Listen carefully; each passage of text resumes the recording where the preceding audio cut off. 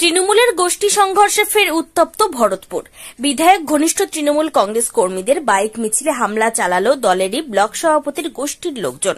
বৃহস্পতিবার বিকেলের এই ঘটনা মুর্শিদাবাদ জেলার ভরতপুর থানার ভরতপুর বাস স্টপেজ এলাকার। এই ঘটনায় এলাকায় ব্যাপক চাঞ্চল্য ছড়ায়। পরে সেখানে বিশাল পুলিশ বাহিনী পৌঁছে পরিস্থিতি নিয়ন্ত্রণে আনে। ঘটনাস্থলে কান্দি এসডিপিও শাস্ত্রেক আম্বারদার।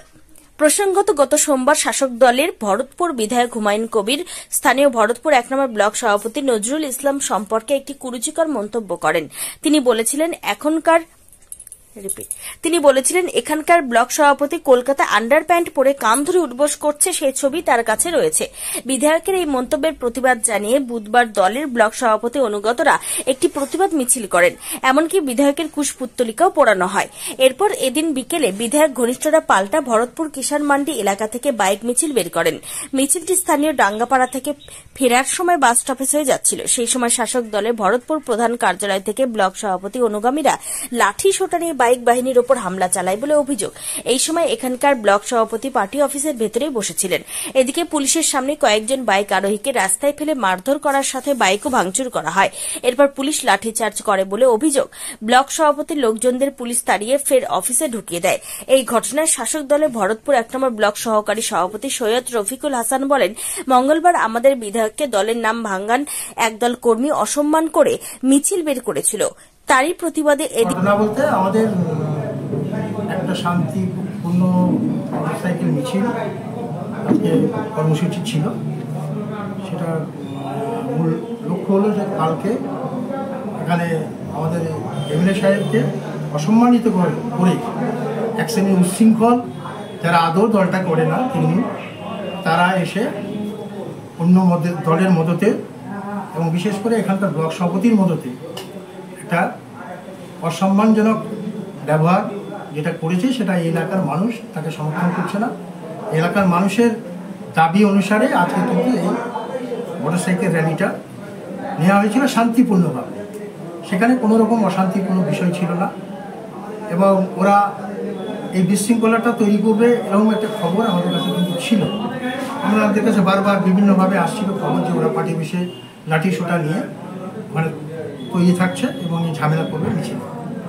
আমরা যথারীতি প্রশাসনকে সে বিষয়ে অবগত করেছিলাম এবং শান্তিপূর্ণভাবে মিছিল যাওয়ার পর ফেরার সময় অতর্কিতভাবে ওরা আমাদের মিছিলের উপর হামলা করে প্রায় ৪-৫ জনকে খুব গুরুতরভাবে আঘাত করেছে। একজন হয়তো তাদেরকে হয়তো অন্য জায়গায় স্থানান্তরিত করতে হতে পারে, হয়তো রেফার করতে হতে পারে। সেই ক্ষেত্রে আমাদের বক্তব্য যে এই শান্তিপূর্ণ মিছিলে যারা আজকে আক্রমণ করলো, এরা কি আদৌ তৃণমূলের দল করে?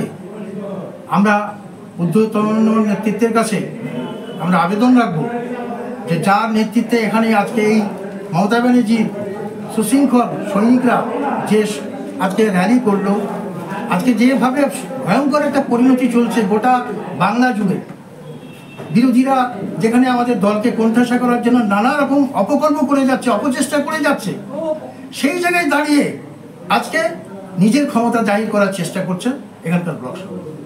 কিন্তু মানুষ এটাকে সমর্থন করে না। এই ভরতপুর, এই ব্লক, এই বিধানসভা অত্যন্ত শান্তিপ্রিয় জায়গা। এটা বিগত দিনের মানুষও দেখেছে, আজও দেখছে। আমরা এই অশান্তিকে কোনোভাবে এখানে প্রসারিত হতে দিব না। এই অশান্তি এখানে আমরা কিভাবে মেনে নিতে পারবো না। এখানকার মানুষ এর যোগ্য জবাব কিন্তু দেবে। মানে এই হামলার পিছনে কারণ কি বলে মনে হচ্ছে? কারণ এই যে এখানে যে ওরা বোঝাতে চাইছে যে এখানে এমএলএর কোনো লোকজন নাই, এখানে এমএলএ ওদের উপর নির্ভরশীল, ওরা যা বলবে এমএলএকে তাই শুনতে হবে। এমএলএ কিন্তু ৪৩,০০০ ভোটে জেতা এমএলএ সাহেব একটা এই মুর্শিদাবাদের একটা ডাকাবুকো নেতা।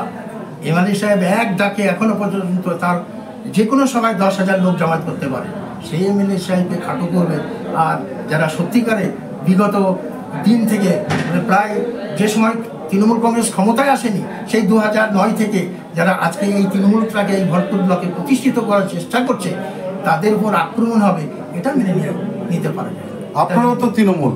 হ্যাঁ, ও ব্লক সভাপতি, তাহলে কি তৃণমূলের গোষ্ঠীদ্বন্দ্ব বলে মনে হচ্ছে? গোষ্ঠীদ্বন্দ্ব নয়, এটা ব্যক্তি স্বার্থ চরিতার্থ করার জন্য এটা করার চেষ্টা করছে।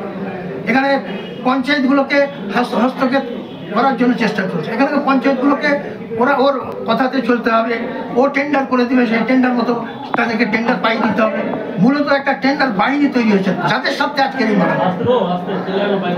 হামলা করলো, হামলা ওদের হাতে সমস্ত বাঁট ছিল, লাঠি ছিল, হ্যাঁ, ঝাপা ছিল, এসব নিয়ে ওরা আক্রমণ করেছে। আপনারা তো পুলিশকে জানিয়েছিলেন বলছেন, তাহলে কি পুলিশ প্রশাসন তার যেটা ক্ষমতা অনুযায়ী তারা চেষ্টা করেছে, তাহলে হয়তো ওখানে একটা মার্ডারও হয়ে যেতে পারত।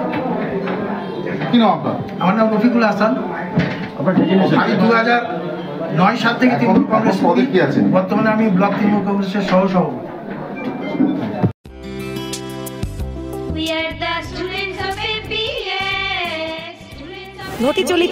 ঘটি চলিতেছে Shivam education and social welfare ট্রাস্টের পরিচালিত অরঙ্গবাদ পাবলিক স্কুল। এটি একটি বাংলা মাধ্যম আবাসিক অনাবাসিক শিক্ষা প্রতিষ্ঠান।